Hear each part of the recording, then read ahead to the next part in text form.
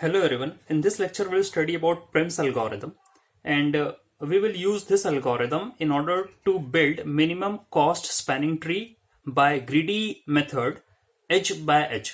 That means हम क्या करेंगे, इस algorithm या approach का इस्तेमाल कर कर minimum cost spanning tree develop करेंगे और यहाँ जो हम ऑप्टिमाइजेशन क्राइटेरिया लगाएंगे उसमें हम इंक्लूड करेंगे edge then another edge okay in the solution.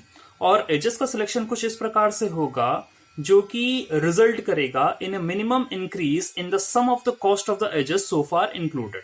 That means आपने अपने सोल्यूशन के अंदर यदि पर्टिकुलर कुछ एजेस ले रखी हैं तो अगली एज जो कि आपके सोल्यूशन के अंदर ऐड होने वाली होगी उसका कॉस्ट क्या होगा, मिनिमम होगा। दैट मीन्स यदि हम उसको इंक्लूड करते हुए बाकी अदर एजेस जिनको ऑलरेडी इंक्लूड कर चुके हैं और टोटल्स हम निकालेंगे तो जो रिजल्ट होगा वो मिनिमम आ रहा होगा। Alright, for example A is the set of edge that you have already selected so far. तो ए जो है it forms a tree. Okay, A ये सेट ऑफ एजेस हैं जो आपने ले रखा है, तो ए क्या कर रहा होगा, ट्री बना रहा होगा। और if you select another H UV जो कि वर्टाइसेस हैं उसके, यदि आप उसे सिलेक्ट करेंगे और अपने सोल्यूशन के अंदर ऐड करेंगे तो उसके लिए हम जो प्रॉपर्टी का इस्तेमाल करने वाले हैं that will B A union UV, और वो भी क्या करेगी, एक ट्री को फॉर्म करने वाली है। ऑलराइट, तो U V be the next edge included in A is a minimum cost edge that is not in A, यानी कि वो ए के अंदर प्रेजेंट नहीं होगी और हम उसे अल्गोरिदम, प्रिम्स अल्गोरिदम या अप्रोच लगाकर जो है सिलेक्ट करेंगे और उसे अपने सोल्यूशन के अंदर ऐड करेंगे। तो उसको ऐड करने की प्रॉपर्टी क्या होगी, A union U V. Okay, and that will also form a tree. Fine, so let's see an example. See यहां पर हमने एक ग्राफ ले रखा है जिसके अंदर you are having 6 vertices A, B, C, D, E and F, और ये जो है आपस में एजेस से कनेक्टेड है और उनकी कॉस्ट या वेट्स यहां पर मेंशन कर रखी है। तो with the help of this graph we will prepare a cost matrix first. ठीक है, तो कॉस्ट मैट्रिक्स क्या होती है, कॉस्ट मैट्रिक्स में हम क्या करते हैं, जो है आपके वर्टाइसेस को रो के अंदर लिखते हैं और इन्हीं वर्टाइसेस को कॉलम के अंदर लिखते हैं, और मैट्रिक्स कुछ इस प्रकार से बनाते हैं कि इसमें जो भी एंट्रीज हम फिलअप करेंगे वो ये देख रहे हैं कि कोई भी एक रेस्पेक्टिव वर्टेक्स से दूसरे वर्टेक्स पर पहुंचने की कॉस्ट कितनी है। ठीक है, सो लेट्स स्टार्ट। जैसे मैं ए की बात कर रहा हूं, ए जो वर्टेक्स है उससे ए पर पहुंचने की कॉस्ट कितनी होगी, 0, क्योंकि वो सेम वर्टेक्स है। ए से बी पर पहुंचने की कॉस्ट कितनी है, A to B that is 3। A to C पर पहुंचने की कॉस्ट, क्योंकि ए और सी डायरेक्टली कनेक्टेड नहीं है तो हमने लिखा है इन्फिनिटी। ए से डी तक पहुंचने की कॉस्ट, ये भी डायरेक्टली कनेक्टेड नहीं है तो इन्फिनिटी यहां लिखा है। ए से ई पर पहुंचने की कॉस्ट दैट मीन्स 6, एंड ए से एफ तक पहुंचने की कॉस्ट दैट इज 5। पहुंचने की मतलब यह है कि उन दोनों के बीच में डायरेक्ट लिंक है कि नहीं, दैट मीन्स वो एक एच फॉर्म कर रहे हैं कि नहीं। यदि वो एच फॉर्म कर रहे हैं तो आप जो भी उसका वेट है या कॉस्ट है वो मेंशन कर दीजिए। यदि वो एच फॉर्म नहीं कर रहे हैं तो आपको क्या करना है, उसको इन्फिनिटी से डिनोट करना है। तो यहां पर हमने क्या कर रखा है, जितने भी वर्टाइसेस हैं उन सब की जो है हमने इंटरेस्ट फिलअप कर रखी है इस कॉस्ट मैट्रिक्स के अंदर। ऑलराइट, तो आपको प्रिम्स एल्गोरिथम क्या बताता है या किस तरीके से हम उसमें मिनिमम कॉस्ट कैलकुलेट कर सकते हैं, उसमें आपको क्या करना है, you have to prepare 2 data structures. It's a very important thing to understand. यहां हम क्या करेंगे, 2 डेटा स्ट्रक्चर बना रहे हैं। देखिए यहां पर आपके सामने एक डेटा स्ट्रक्चर ये रहा। ओके, ये डेटा स्ट्रक्चर जो है ये एजेस को डिनोट कर रहा है। ठीक है, 1 2 3 4 5 जो आपके एजेस आएंगे सोल्यूशन के अंदर, ये उसको डिनोट कर रहा है। और ये जो एज बनते हैं ये वर्टेक्सेस को लेकर बनते हैं, इसलिए मैंने लिखा है 1 and 2, that means vertex 1 vertex 2। ये 2 वर्टेक्स को मिलाकर ही आप जो है एक एज तैयार करेंगे, और ये जो भी आपकी एजेस आएंगी that are the solution. Okay, तो लेट अस सपोज कि the first vertex is K and the second vertex is L, तो दोनों की एंट्री मैंने यहां पर कर रखी है। और ये जो डेटा स्ट्रक्चर है उसको हम टी से डिनोट कर रहे हैं। टी जो है ये डेटा स्ट्रक्चर है that will result into a minimum spanning tree. ठीक है, ओके। और जो दूसरा डेटा स्ट्रक्चर हमने लिया है वो वर्टाइसेस को डिनोट कर रहा है। आपके पास 6 वर्टाइसेस है तो n इक्वल टू 6, ओके। और ये जो आपकी एंट्रीज यहां पर होने वाली है वो ये बता रहा है कि ए के नियर जो वर्टेक्स है उसको अपन यहां पुटअप करेंगे, बी के पास जो वर्टेक्स होगा उसको यहां पर पुटअप करेंगे, सी के पास जो होगा डी ई एन एफ, जो भी इन वर्टेक्सेस के नियर बाय वर्टेक्स होगा उसकी एंट्री हम जो है इस डेटा स्ट्रक्चर के अंदर करने वाले हैं। तो आपके पास 2 डेटा स्ट्रक्चर है, एक आपकी एंट्री करेगा एजेस बनाएगा और एक जो नियर बाय वर्टेक्स होगा उसकी। अब आप यहां ध्यान देंगे कि मैंने यहां पर सिर्फ 5 ही एंट्रीज क्यों लिखी है। वो इसलिए लिखी है क्योंकि आपको बनाना है ट्री, और according to the property of minimum spanning tree, उसमें क्या होता है, आपको यदि n वर्टेसेस दिए हैं तो नंबर ऑफ एजेस बनेगी n-1। ठीक है, तो आपको यहां पर n इक्वल टू 6 वर्टेसेस थे तो नंबर ऑफ एजेस कितनी आने वाली है n-1, दैट मीन्स 5। तो इसलिए मैंने 1 2 3 4 5 से 5 एंट्रीज ली। ठीक है, fine, okay. Now here we start. According to the cost matrix, the first H to be included in our solution is BC because its cost is minimum of all। यानी कि आप ये देखिए कॉस्ट मैट्रिक्स के अंदर जो हम पहली H इंक्लूड करेंगे अपने सोल्यूशन के अंदर that will be B and C। Why? क्योंकि B और C की जो कॉस्ट है 1 है, और आप पूरी कॉस्ट मैट्रिक्स देख लीजिए, इससे कोई छोटा फिगर नहीं है। ठीक है, तो हम पहली एच जो बना रहे हैं अपनी that is B and C, और हम जो बी एन सी है उसको अपने सोल्यूशन के अंदर यहां पर क्या कर देंगे, इंक्लूड कर देंगे। Alright, so let's prepare a solution.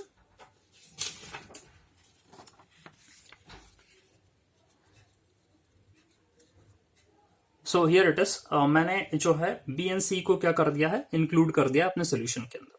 Fine, अब क्या करना पड़ेगा मुझे, ये जो नियर वाला डेटा स्ट्रक्चर है उसे अपडेट करना पड़ेगा with respect to these 2 vertices. यानी कि कैसे, देखिए, I will take this vertex and I will check the cost of A B and A C. जो भी मिनिमम होगा तो उससे ये पता चल जाएगा कि ए के नियर बी है या ए के नियर सी है। तो यदि मैं ए बी की कॉस्ट और ए सी की कॉस्ट देखूं तो चाहे तो आप कॉस्ट मैट्रिक्स से पता कर लीजिए या आप ग्राफ भी देख सकते हैं। तो if you just see the cost matrix, A B और ए सी देखना है मुझे, तो ए बी की कॉस्ट है 3, ए और सी की कॉस्ट है इन्फिनिटी, दैट मीन्स ए के नियर जो है वो है बी, तो मैंने क्या कर दिया है, यहां नियर की जगह बी को एंट्री कर दिया। ठीक है, अब B to B and C to B देखें तो ऑब्वियसली बी टू बी ही नियर होगा, उसको मैंने 0 से डिनोट कर दिया कि कॉस्ट मैट्रिक्स में बी टू बी 0 था, उसको 0 से डिनोट कर दिया। ठीक है, B to C and C to C, obviously C to C near होगा, 0 से डिनोट कर दिया। B to D and C to D देखें तो यहां पर सी टू डी की कॉस्ट कम है, इसलिए मैंने सी से डिनोट कर दिया।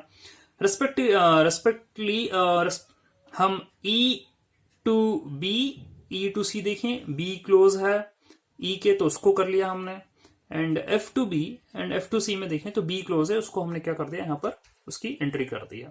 ठीक है, तो इसका जो कोड है ये परफॉर्म करने का वो कुछ इस तरीके से है। के एल जो है आपके इनिशियल एज के वर्टाइसेस हैं बी सी, मैंने K equal to B, L equal to C करा। देन फिर क्या कर रहे हैं, आप एक फॉर लूप चला रहे हैं। जो फॉर लूप है फ्रॉम 1 to 6, क्योंकि आपके पास 6 वर्टाइसेस हैं और हर एक वर्टाइसेस के साथ ये जो आपके इंटर्ड वर्टाइसेस हैं एच की, ये वाली जो टेबल है उससे कंपेयर किया जा रहा है। If cost of I L is less than cost of I K, that means cost of I पहले मान के चलिए ए है, तो कॉस्ट ऑफ ए एल क्या है आपका C. If cost of A C is less than cost of A B, ठीक है, के क्या था, बी था, तो जिसकी भी कॉस्ट कम होगी उस हिसाब से हम क्या कर देंगे, यहाँ इफ एस लिख रहे हैं, या तो हम इससे सब्स्टिट्यूट करेंगे, सब्स्टिट्यूट या हम कहें कि एंट्री करेंगे, या इससे हम एंट्री करने वाले।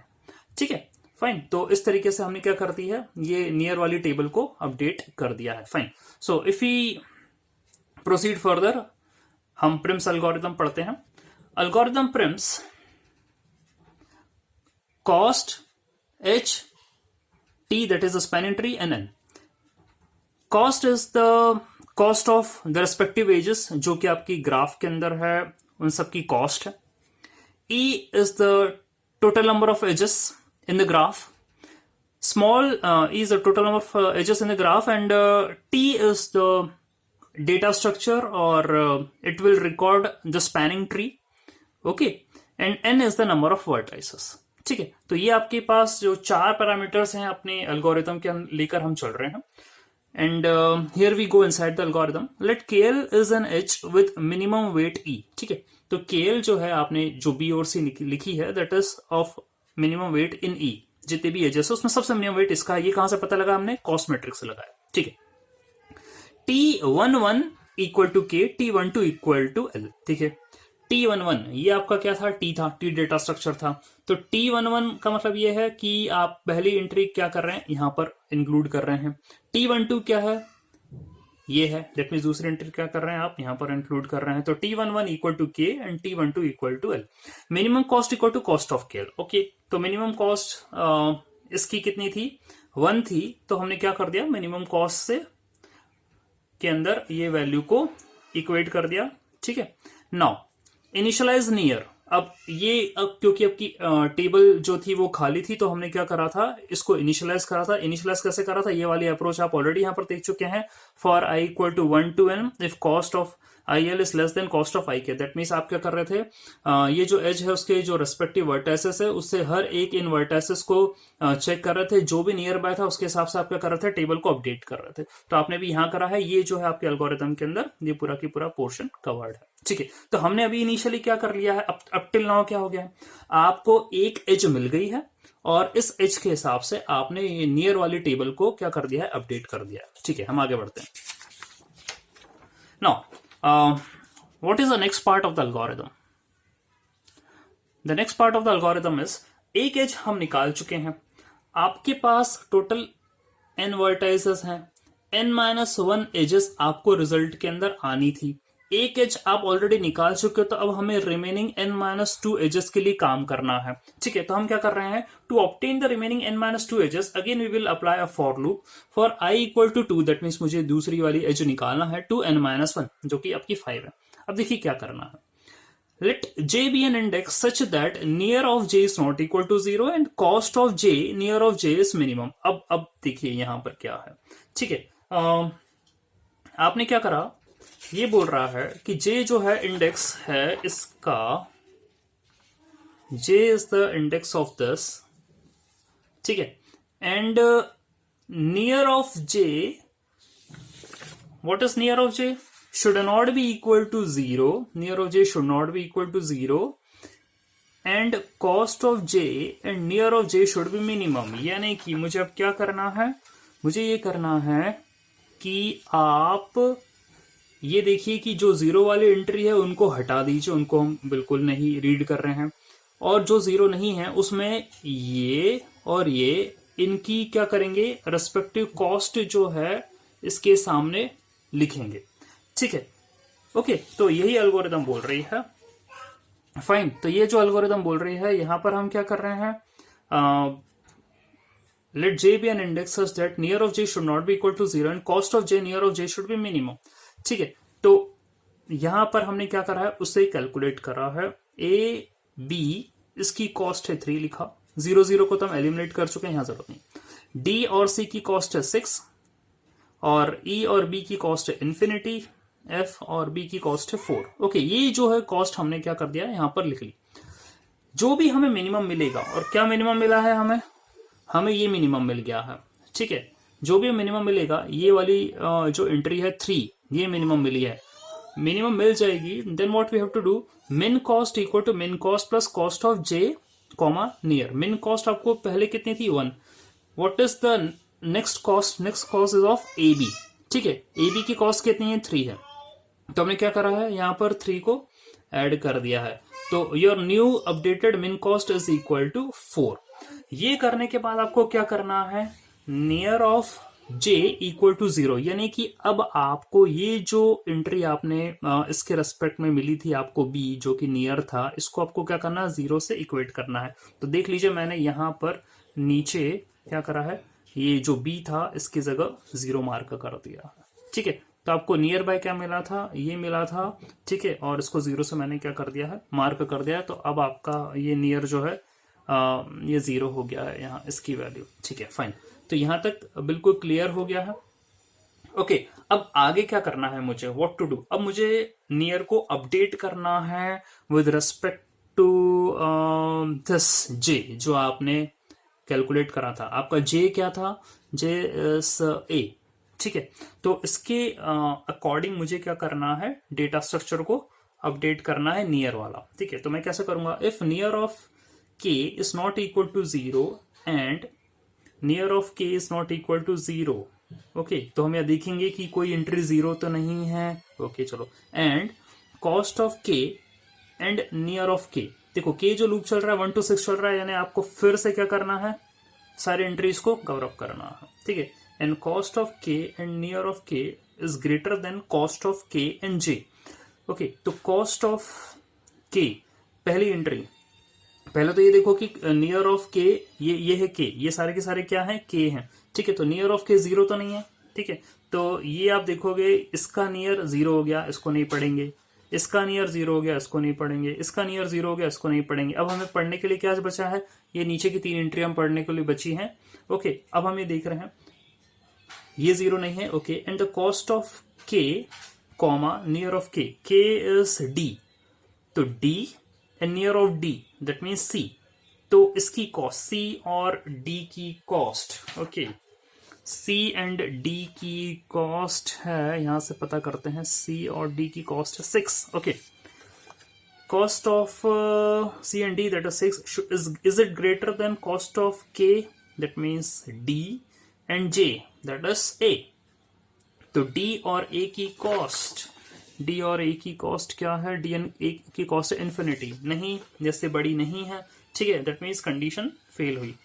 ओके, यदि ये कंडीशन ओके होती है तो हम क्या करते हैं, नियर को अपडेट करते हैं, और यदि कंडीशन ओके नहीं होगी तो नियर को अपडेट नहीं करेंगे। फाइन, तो इसको मैंने कुछ इस तरीके से सॉल्व कर रखा है, आपको ये मैंने आपको अप्रोच बताई है। तो हम यहाँ क्या कर रहे हैं, इस पोर्शन ऑफ द एल्गोरिथम के अंदर यहाँ क्या कर रहे हैं, नियर को अपडेट कर रहे हैं विद रिस्पेक्ट टू जे के। ठीक है, तो मैंने यहाँ पर अपडेशन लगाया है। लेट्स सी, क्योंकि आपकी शुरुआत की 3 एंट्रियां 0 थी तो वो आपके एल्गोरिथम के अंदर एलिमिनेट हो चुकी है, वो अपडेशंस के अंदर नहीं आएगी। तो k इक्वल टू 4 से शुरुआत करी हमने। कॉस्ट ऑफ डीसी, जैसा कि मैंने आपसे बोला, डीसी की कॉस्ट और डी और ए की कॉस्ट। ठीक है, डी और ए की कॉस्ट, इसको कंपैरिजन करा, ये 6 था, ये इन्फिनिटी, ये फेल हो गई है, ये नहीं होगा अपडेट। k इक्वल टू 5 में cost of E and B, okay, इन दोनों की कॉस्ट और ई और ए की कॉस्ट। ठीक है, ई और ए की कॉस्ट, क्योंकि आपका जे ए है अभी। ठीक है, तो ई और ए की कॉस्ट, ये है इन्फिनिटी, ये है 6, तो ये यस हो गया। यस हो गया है तो मुझे नियर को अपडेट करना है। तो एल्गोरिथम में क्या था, नियर जो है अपडेट होके क्या हो जाएगा, ये था आपका एल्गोरिथम, नियर ऑफ के इक्वल टू जे, यानी ई के नियर जो बी था, अब ये बी नहीं होगा, अब ये अपडेट हो जाएगा।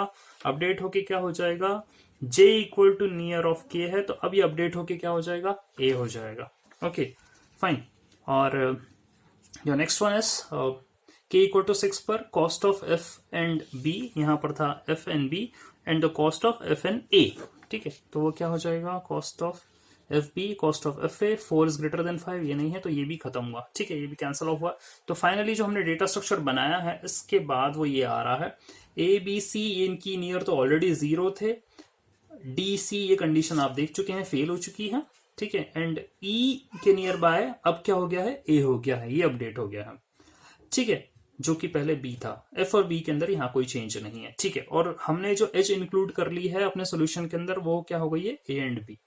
ठीक है, तो 2 एजेस हम इंक्लूड कर चुके हैं, नियर टेबल अपडेट हो चुकी है। अब हम जो है आगे अपना आई इक्वल टू 3, ठीक है, आई इक्वल टू 3 से क्या कर रहे हैं, इंक्रीमेंट कर रहे हैं ना। Again we just check the algorithm, ये है आपके एल्गोरिथम। आई इक्वल टू 2 के लिए हमने ये अभी तक पूरा सोल्यूशन करा है। ठीक है। i इक्वल टू 2 के लिए ये सोल्यूशन हुआ था अभी तक आपका।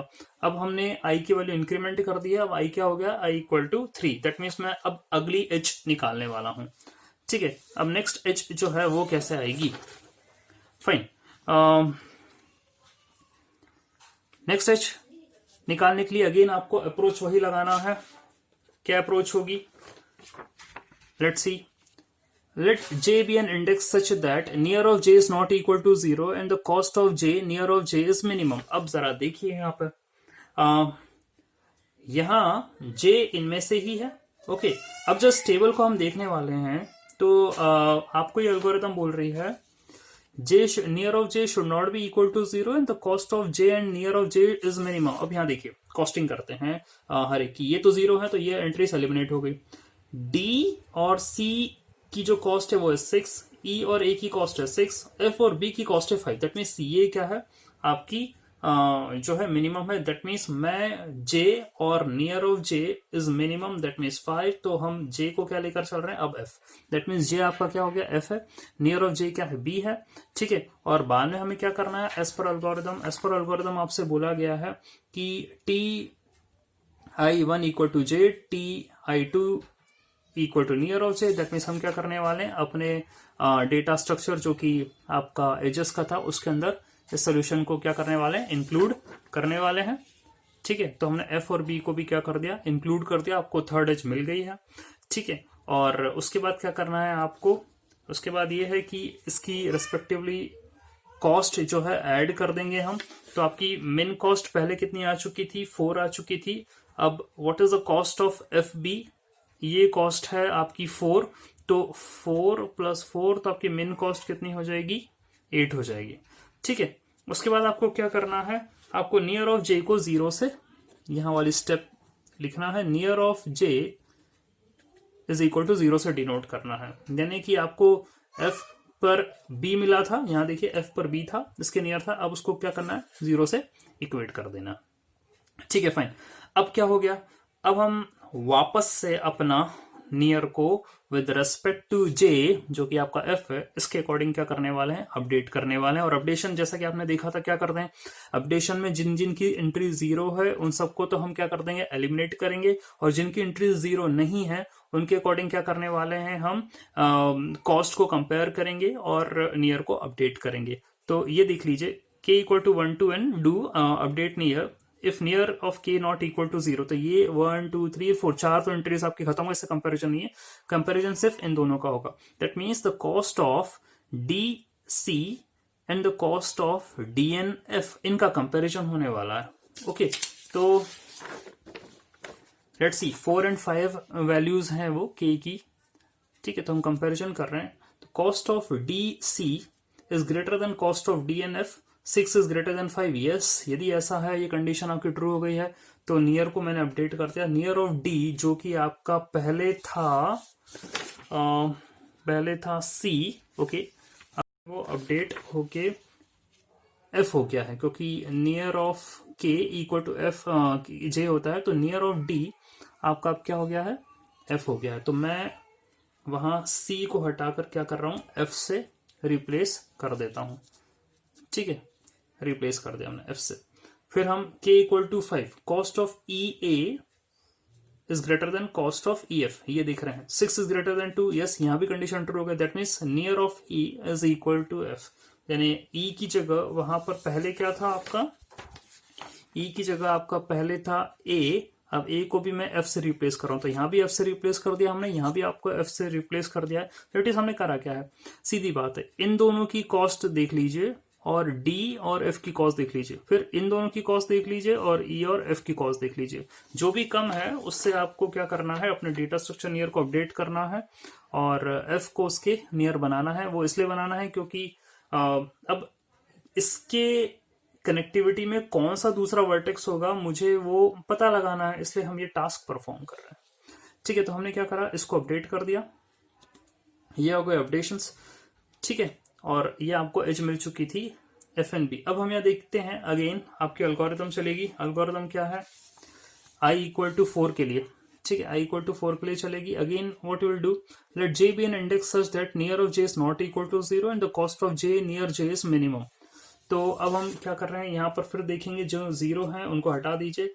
एफ एंड डी की कॉस्ट कितनी है 5, एफ एंड ई की कॉस्ट कितनी है 2। दैट मीन्स अब ये क्लियर हो गया कि इसकी कॉस्ट क्या है, कम है।